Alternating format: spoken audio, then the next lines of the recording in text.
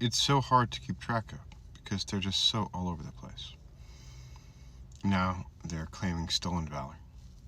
Only MAGA is claiming stolen valor. Any veteran and the Minnesota National Guard are both saying that he put his paperwork in and then his unit got orders 5 months later, because that's how it happens. Remember, the Pentagon makes decisions and on who is going to serve and where they're going to serve.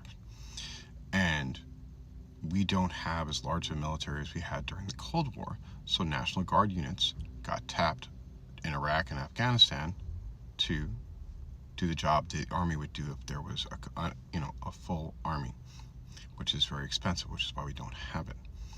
We have citizen soldiers, and they did what Tim does, which is you serve for a period of time and then you stop. My dad did the same exact thing. My dad made it to Major. There were 1,600 men and several $100 million worth of machinery under his control as a battalion executive officer. My dad had a man very similar who was a warrant officer. There's a man named Leo Isley who had been a World War II, Korean, and Vietnam veteran. He was a warrant officer, 4th grade, which is the highest level. He got paid as much as my dad did. He got paid as much as a major. That's how important these guys are.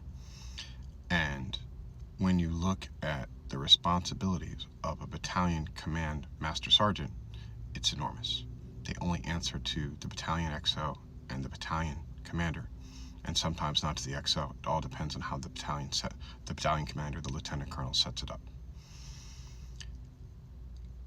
It is a hierarchical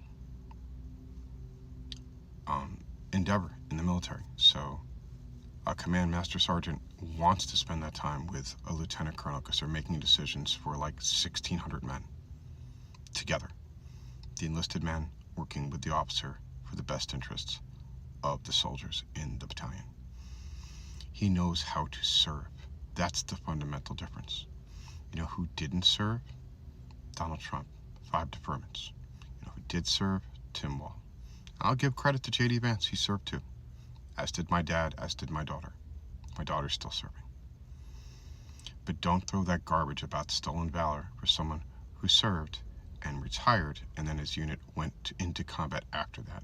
You serve your time and then you go. You don't get to stay forever.